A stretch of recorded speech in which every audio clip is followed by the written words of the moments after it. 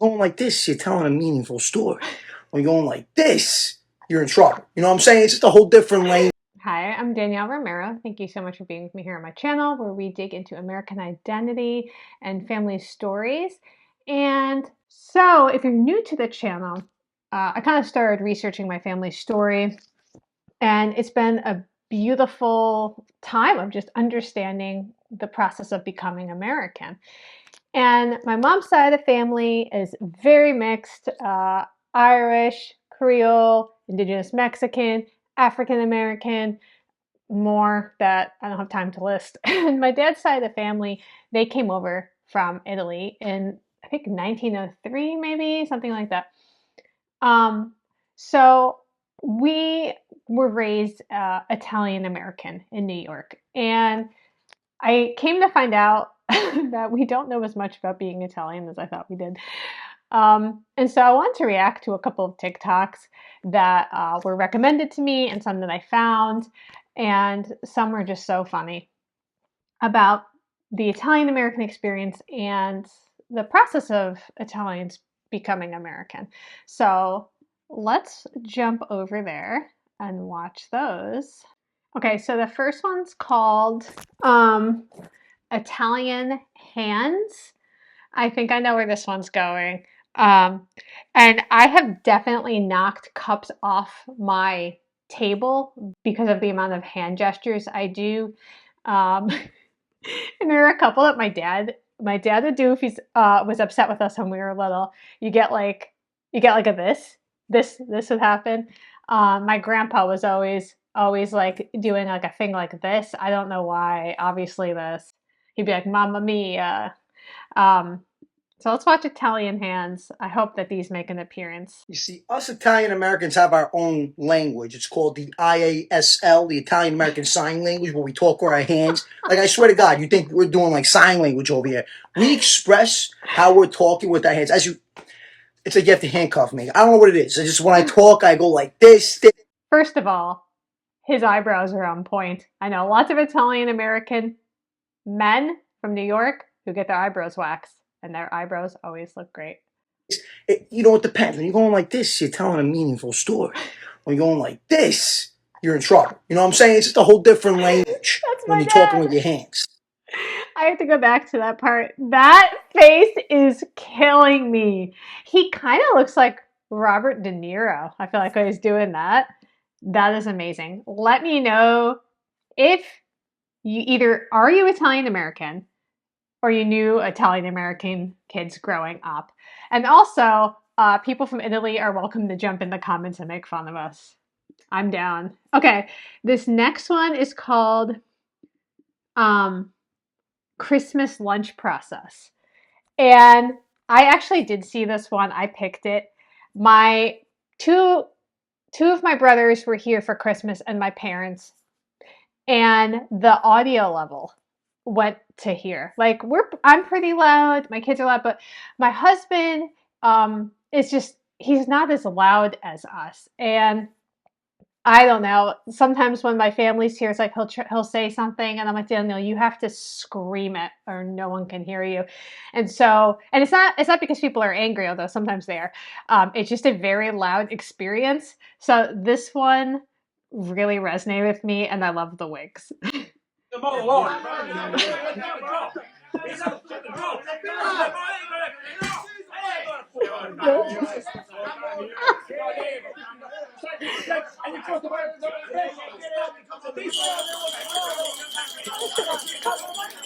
The cup.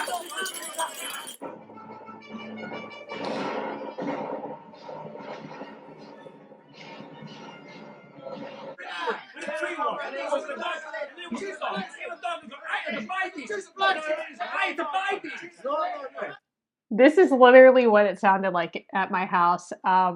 We were having a great Monopoly game, first of all. My brothers were playing with me and two of my kids, and there was a lot of this. I won, but it was a tough game. Oh, and my mom played too, and but this is exactly how the meal sounded. It's almost like a relaxing white noise to me. Again, though, my husband, he's not soft spoken, but he's not Italian. And so, he's just he's at the appropriate level for talking, and we are up here. So let me know if that one is familiar to you. I loved that one. Okay, this one's called "Tell Me You're Italian Without Telling Me You're." Tell me you're Italian American without telling me you're Italian American. Tell me you're an Italian American without actually telling me you're an Italian American. Bro, I'm starving. What you think? You think I need another chain? Okay, this and the chains is just my brother's, and I will, when I'm editing, I'm gonna put a picture of my brother Luke up with the chains in the interview we just did. Like that's, and it's not a joke. What are you doing? Gotta get my tan on. Yeah, so I just watched Jersey Shore for like the 40th time. What? I can go for some L&B right now. I'm 100% Sicilian. My grandparents are off the boat. I don't know what it is, but it's like the 100% Sicilian is for real in New York, at least. And my grandparents are off the boat is like the ultimate, like, yeah, like we ended this conversation just now because well, my grandparents are off the boat. I love these so much, and I don't know, maybe it's not just Italian Americans that do this with a cologne, but I've definitely seen it. I have never seen Jersey Shore. I just don't care about it. Part of it is because I knew a lot of people that literally they looked like that, and it was just like it was a hard no for me, dog. Like I couldn't. I'm not that Italian. This is from there's this really popular. I don't even know if it's like a show that's on TikTok or they're just loading it because I don't use TikTok like personally, but it's called Growing Up Italian, and I think it's an Italian American podcast. And they're kind of talking about how Italians see Italian Americans. I know we've touched on this a little bit. I've done videos where I had actual Italians talking about Italian American food or the experience of how Italians perceive Italian Americans. If you want to watch those, I'll leave a link to those below. They're like fantastic. I learned a lot, but I thought this was interesting. It's about immigrating here as Italians. What are your views on Italian Americans? I love the Italian American culture. I love it. I just don't understand the hypocrisy about forgetting of being immigrant. I just don't. Because I follow a lot of pages, I read, and I want to find out. I don't understand why they talk down to immigrants when we are the country who That's what I say. actually invented the word Immigrants, immigrant. yeah. I just But- don't understand Yeah. that. Listen, for me, I'm so humbled that my family was born in Italy and now here we are today. Yeah. I want to say my family's successful. Like Yeah. America is the only place where that could happen, where you could pack your bags and you could work 24 hours a day here. Yeah. So why would you want that to the next person? For Exactly. the next person. I don't Exactly. understand. And I agree because I've said it on this podcast a million times. Like I come from a family of like shepherds and farm Right, people. You know what I'm right. saying? Like And you have the So- chance to make it big. exactly. And now because of their sacrifices, I have a chance. It's something that I don't understand. Like, I but I love- love my people, though. That's why I speak on it. But I don't know. Sometimes some people, not everybody, some people can be a little bit, ignorant about it and forget where they come from. I don't understand. So this was interesting. First of all, this guy, I don't know who he is. I'm like really out of touch. So if you know who this is, let me know. I love his style. Maybe I'll start wearing sunglasses in my videos. But I did an interview with a professor, Professor Luca, who's in Rome.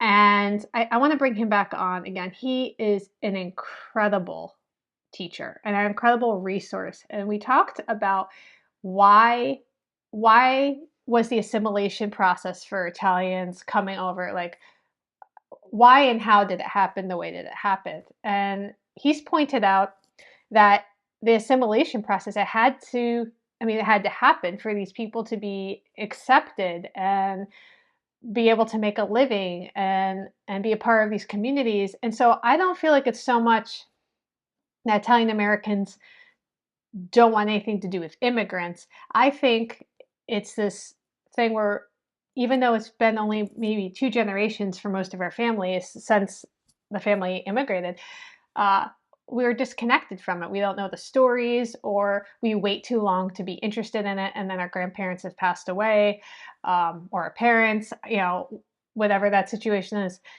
And I think it is always a good idea to know more about your family story, because it helps you to understand your neighbor's experience. And that's always a good thing. That's always a good thing. I didn't know about the word immigrant coming from Italy. I think that's what you're saying. So I'll have to look into that. I didn't know about that. These were great. I talked about this in some of the other interviews. So if you haven't seen them, I'll link to them below. But I am an American with Italian heritage. That's really how I see myself. I wasn't born in Italy. My dad wasn't born in Italy. And it's still something I'm very proud of. I'm very proud of that heritage. And I think sometimes we have this either or thing where it's like, if you have a lot of ancestry stories like I do, I used to feel like, well, if I say I'm an American, Italian American, it's like I'm ignoring all this stuff and I don't like how that feels, but I don't want to say this and then forget about this over here. I think more of us are realizing that it doesn't have to be that either or, that you can be an American or wherever you are in the world, whatever your nationality is, and still be connected to all of your family stories. But for me in particular, growing up in New York and identifying, as a child, and being told, well, you're Italian. Looking back though, it's funny because it's like there was not really any like consideration about any of the other stuff. It was just like this all-encompassing, like, you're Italian. You get this. That really killed me. Sometimes my dad watches these videos, so I hope he watches it and laughs, because that family, the arguing, that's not really arguing, is pretty awesome. I loved it so much. And it takes all different kinds of people to make the world go round. So thank you for being here. And if you want to stay connected with me, I am leaving up an email list sign up. I'm not sure how long I'm going to leave it up for, just to make sure that if I do get deplatformed, or YouTube has apparently been unsubscribing dozens of people. People are commenting, they're emailing me, they're reaching out, they're telling me that they checked and they hadn't been seeing my videos, and then they saw that they were unsubscribed and they didn't do it. I reached out to YouTube and I asked them, of course, nothing. So I don't know what's going on there with that. But in the meantime, if you'd like to do that, I would love to stay connected with you. And if you want to watch anything else that I've done on the Italian American experience or the history of immigrants coming over to the United States, I will leave a link to that playlist below.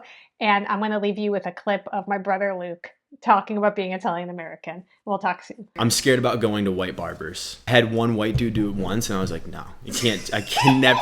And he's like, am I going to see you again? And I'm like,